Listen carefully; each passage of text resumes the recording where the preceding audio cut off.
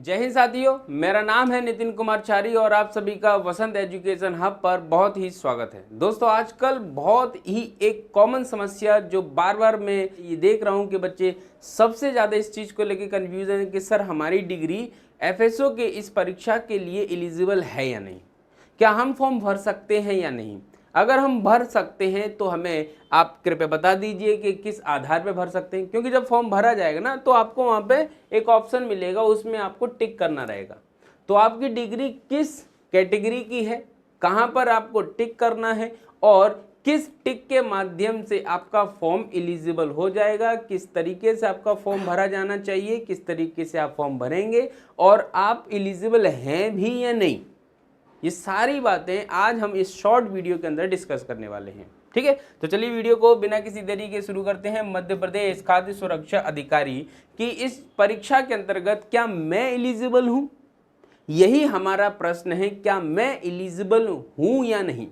बिल्कुल आप एलिजिबल हैं, तो किन किन कंडीशन के तहत आप एलिजिबल हैं। आप एलिजिबल नहीं हैं तो निराश होने की आवश्यकता नहीं है। जिस प्रकार से ये सुनहरा अवसर मध्य प्रदेश खाद्य सुरक्षा अधिकारी के रूप में आपको मिला है, ऐसा ही एक निकट भविष्य में बहुत जल्द आपको एक एमपीएसआई के रूप में मिलने वाली है।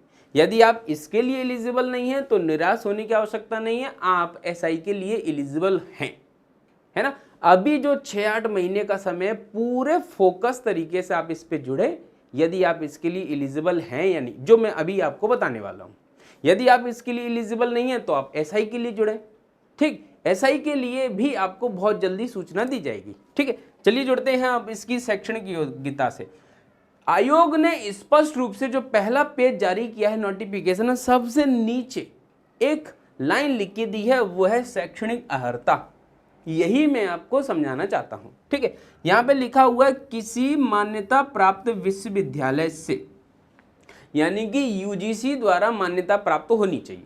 ये अंडरस्टूड है। मान्यता प्राप्त यानी कि कहां से, यूजीसी से मान्यता प्राप्त होनी चाहिए, है ना। ये बात याद रखेंगे, यूजीसी से मान्यता प्राप्त विश्वविद्यालय से खाद्य प्रौद्योगिकी, खाद्य प्रौद्योगिकी का मतलब फूड टेक्नोलॉजी से आपकी डिग्री होनी चाहिए, है ना। आगे नीचे लिखा हुआ है या तो आप इसमें स्नातक हो या स्नातकोत्तर यानी कि ग्रेजुएट हो या पोस्ट ग्रेजुएट हो, दोनों में से कोई एक डिग्री होनी चाहिए। अब कुछ बच्चों का प्रश्न ये है कि सर मैंने ग्रेजुएशन तो नॉर्मल कर लिया है, लेकिन हाँ मैंने पीजी जरूर इससे किया है। तो जब आप फॉर्म भरें तो अपना फॉर्म पीजी से भरें, कोई डाउट नहीं होगा, आपको होना भी नहीं चाहिए। यदि आप पीजी नहीं है, आपकी डिग्री इसमें यूजी है यानी कि आपने इसमें ग्रेजुएशन किया, तो आप ग्रेजुएशन को टिक करें, है ना। आपके पास ऑप्शन है कि आप इस फॉर्म को ग्रेजुएशन से भर दें या पीजी से। क्यों? क्योंकि यहाँ पे नीचे लिखा हुआ है स्नातक या स्नातकोत्तर, है ना, या आपको इसमें डॉक्टरेट की उपाधि भी मिली हो, है ना। लेकिन कौन कौन सी स्ट्रीम्स इसमें अलाउ हैं, तो सबसे पहले हम बात कर रहे हैं खाद्य प्रौद्योगिकी यानी कि फूड टेक्नोलॉजी। ठीक, आपने फूड टेक्नोलॉजी से ग्रेजुएशन किया है या पोस्ट ग्रेजुएशन, आप दोनों स्तर पे एलिजिबल है। आगे लिख के दिया डेयरी। डेयरी का मतलब क्या, डेयरी टेक्नोलॉजी भी एक ग्रेजुएशन का सब्जेक्ट होता है ना। डेयरी टेक्नोलॉजी से आपने ग्रेजुएशन किया हो या पोस्ट ग्रेजुएशन, सब में लागू होगा, या वाला कंसेप्ट जो है सब में लगेगा। फूड टेक्नोलॉजी से या डेयरी टेक्नोलॉजी से या बायोटेक्नोलॉजी से। क्लियर? यहां मैंने 3 सब्जेक्ट क्लियर किए हैं कि या तो आपने ग्रेजुएशन किया हो या पोस्ट ग्रेजुएशन किया हो, किन किन सब्जेक्ट में, फूड टेक्नोलॉजी में, डेयरी टेक्नोलॉजी में और बायोटेक्नोलॉजी में, तो आप एलिजिबल हैं यूजी या पीजी दोनों में से। ठीक है, या साथ ही साथ तेल प्रौद्योगिकी यानी कि ऑयल टेक्नोलॉजी, ऑयल टेक्नोलॉजी से भी अगर किया है तब भी आप एलिजिबल हैं, कोई डरने वाली बात नहीं है। फिर साथ ही साथ आपने एग्रीकल्चर से किया हो, कृषि विज्ञान यानी कि आपने एग्रीकल्चर से किया। ध्यान देना यहाँ पे कितनी हो गई है, एक खाद्य प्रौद्योगिकी, दूसरा डेयरी, तीसरा बायो, चौथा ऑयल और पांचवा हो गया कृषि। यानी कि अभी तक हम कहाँ पहुंच गए हैं, 5 डिग्री जो इन्होंने लिख के दी है, इनमें से किसी में भी आपने यूजी या पीजी किया है तो आप एलिजिबल हैं। ठीक, फिर उसके बाद पशु चिकित्सा विज्ञान, जैसे हम एमबीबीएस करते हैं ना भाई, आदमी के डॉक्टर बनते हैं, ऐसे ही जानवरों का जो डॉक्टर है वो भी एलिजिबल है। कोई डरने वाली बात नहीं है, है ना। चाहे कुत्तों के इलाज कर रहे हैं आप, चाहे भैंसे की इलाज कर रहे हैं आप, फिर भी एलिजिबल है, क्योंकि भैया वो दे रहे हैं ना पशु चिकित्सा विज्ञान। आपने पशु चिकित्सा विज्ञान से भी यदि यूजी या पीजी किया है तो भी आप कहीं ना कहीं इसके लिए योग्य हैं। तो 6 डिग्री हो गई। आगे आती है जैव रसायन। जैव रसायन, रसायन विज्ञान या रसायन एक ही बात है। जैव यानी कि बायोकेमिस्ट्री। अब यहाँ पे प्रश्न, यहीं पे एक भारी भरकम जो प्रश्न है वो खड़ा होता है एकदम से, कि मैं प्रकट हो गया, एकदम पॉपअप आता ना कि ये कहाँ से आया। तो ये जो बायोकेमिस्ट्री है, कई लोगों का नॉर्मल बीएससी होता है ना, फिजिक्स केमिस्ट्री और मैथ से, है ना, या जूलॉजी बॉटनी और केमिस्ट्री से ग्रेजुएशन होता है। अब वो बोलते हैं कि सर हमारा एक सब्जेक्ट बायोकेमिस्ट्री है, देन अब क्या, वो केमिस्ट्री है, बायोकेमिस्ट्री में डिग्री, यहां पे क्या पूछा है, स्नातक और स्नातकोत्तर। आपने बायोकेमिस्ट्री से डिग्री नहीं की, आपका एक सब्जेक्ट है। ऐसे तो आप ग्रेजुएशन में आधारभूत सब्जेक्ट हिंदी भी पढ़ते हैं, तो क्या आप हिंदी से ग्रेजुएट हो गए, नहीं ना। तो ऐसी स्थिति में ये डिग्री बताई, स्नातक और स्नातकोत्तर। आपने बायो केमिस्ट्री से क्या किया है, पीजी किया हुआ है, या स्पेशली बायोकेमिस्ट्री से ग्रेजुएशन किया है, तो वो है ना। ऐसे ही आपका सूक्ष्म विज्ञान, माइक्रोबायोलॉजी, सूक्ष्म जीव विज्ञान होता है वैसे तो वो, ठीक है, तो आपने माइक्रोबायोलॉजी से किया हुआ है, तब भी आप कहीं ना कहीं एलिजिबल हैं। अब सभी समस्याओं का एक और मुद्दा जो है वो प्रश्न के रूप में खड़ा हो जाता है कि सर अब बताइए ये क्या बला है, केमिस्ट्री ये क्या वाला है। तो केमिस्ट्री का मतलब आपने बीएससी किया है। बीएससी कैसे किया है, तो सर मैंने बीएससी किया है बायोलॉजी से। कौन कौन से सब्जेक्ट है, तो आपका जूलॉजी, बॉटनी और chemistry, then you are eligible. Don't worry, कोई समस्या, कोई प्रश्न मन में संशय नहीं रखना है, आपका एक सब्जेक्ट है केमिस्ट्री, है ना, यहां पे वो बात हो रही है। ठीक, अब इस समय आप क्या पढ़ रहे हैं, इस समय organic chemistry, inorganic chemistry, physical chemistry, biochemistry, environmental chemistry, सारी तो पढ़ रहे हैं आप, कोई दिक्कत नहीं है। ठीक है, अब यहाँ पे आपका जैसे कि मैथ से आपने बीएससी किया है, तो उधर भी आपको फिजिक्स, केमिस्ट्री और मैथ मिल रहा है, फिर भी आप एलिजिबल है।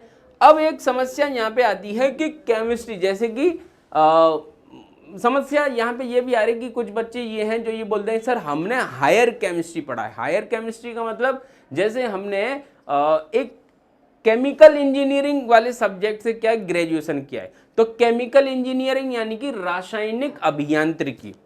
अब रासायनिक अभियांत्रिकी यानी कि इंजीनियरिंग वाला सब्जेक्ट यहाँ कहीं लिखा नहीं है, प्रत्यक्ष रूप से जो लिखा है ना टेक्नोलॉजी टेक्नोलॉजी टेक्नोलॉजी, ऐसा रासायनिक अभियांत्रिकी नहीं लिखा है। तो समस्या यहाँ पे वो अपने आप के साथ ये फेस कर रहे हैं, तो इसका मतलब मैं एलिजिबल हूँ या नहीं। तो डायरेक्टली ऐसे लोगों को ये नहीं कहा जा सकता कि भाई तुम एलिजिबल नहीं हो, क्योंकि केमिस्ट्री है, अब उन्होंने तो केमिस्ट्री पढ़ा है तो वो एलिजिबल हैं, और इस तरीके से जो उनकी डिग्री है वो स्पष्ट रूप से नहीं लिखी है, तो ये भी नहीं कहा जा सकता आप एलिजिबल नहीं है। तो ऐसी स्थिति में आयोग ने इस पूरे सिलेबस को यहाँ पे कहीं ना कहीं पेच जो है उलझा दिया है। लेकिन यहाँ समस्या का समाधान कैसे निकल रहा है, समस्या का समाधान ऐसे निकल रहा है कि जब आप फॉर्म भरेंगे तो इनमें से कोई भी डिग्री आपकी है तो आप फॉर्म भरते समय उसको टिक कर दें, और कोई नहीं है लेकिन केमिस्ट्री एक सब्जेक्ट है, तो ऐसी स्थिति में क्या करेंगे, आप जब फॉर्म भरेंगे तो रसायन वाला ऑप्शन क्लिक करके आप उससे अपना फॉर्म भर दें। ठीक, तो कहीं ना कहीं आपने केमिस्ट्री एक सब्जेक्ट, एक पूरा प्रॉपर सब्जेक्ट, तीनों चारों ईयर, 4 साल पढ़ा है, 3 साल पढ़ा है, और पूरे समय आपने एक सब्जेक्ट केमिस्ट्री के रूप में पढ़ा है, चाहे हायर हो या नहीं हो। केमिस्ट्री सब्जेक्ट पढ़ा है, रसायन शास्त्र पढ़ा है, रसायन विज्ञान पढ़ा है, तो आप एलिजिबल हैं, आपको डरने की या मन में संशय रखने की कोई जरूरत नहीं है। तो ये कुछ लिख के दिया है उन्होंने सब्जेक्ट। फिर उसके बाद दिया उन्होंने मेडिसिन में, है ना, मेडिसिन यानी कि आपको यहाँ पे जो डॉक्टर आदि होते हैं ना वो सारे एलिजिबल हैं। ठीक है, तो वो सारे यहाँ पे क्या हो जाते हैं, एलिजिबल हो जाते हैं। लेकिन यहाँ पे एक समस्या ये भी आ जाती है कि कुछ लोगों को कहना है कि सर मैंने फार्मेसी किया हुआ है, तो क्या मैं फार्मेसी वाले एलिजिबल हूँ, तो यहाँ पे फार्मेसी तो कहीं लिखा ही नहीं है भाई, तो ना चाहते हुए भी मना करना पड़ रहा है, क्योंकि फार्मेसी में भले ही आप रसायन शास्त्र से संबंधित चीज़ें पढ़ रहे हैं, बट फार्मेसी ऐसा सब्जेक्ट एज अ सब्जेक्ट यहाँ पे लिखा नहीं है। तो जब फार्मेसी लिखा नहीं है तो फिर ये कहना मुश्किल होगा कि फार्मेसी की डिग्री यहाँ पे लग रही है कि नहीं, या फार्मेसी वाले फॉर्म भर सकते हैं या नहीं, या फार्मेसी वाले एलिजिबल हैं या नहीं। तो यहाँ पे समस्या ये आ जा रही है। बाकी के इतने सारे जो सब्जेक्ट उन्होंने लिख के दिए हैं, इनमें आपने कहीं भी ग्रेजुएशन किया हो मान्यता प्राप्त, यूजीसी विश्वविद्यालय से मान्यता प्राप्त जहाँ से आपने किया है, या पोस्ट ग्रेजुएशन किया है, या डॉक्टरेट की उपाधि ली हुई है, या केंद्र सरकार के पूर्व अनुमोदन से खाद्य प्राधिकरण द्वारा अधिसूचित कोई अन्य समूह तुल्य मान्यता प्राप्त अर्हता ले रखी है। अब ये खाद्य सुरक्षा प्राधिकरण कहाँ से आ गया भैया? तो एक अधिनियम है 2006 में आया था, food safety and standard act 2006 इसका नाम है। इसके तहत एक प्राधिकरण यानी कि FSSAI, प्यार से लोग इसको फसाई बोल देते हैं, लेकिन ऐसा नहीं बोलना चाहिए, आपको पूरा नाम लेना चाहिए, FSSAI food safety and standard authority of India.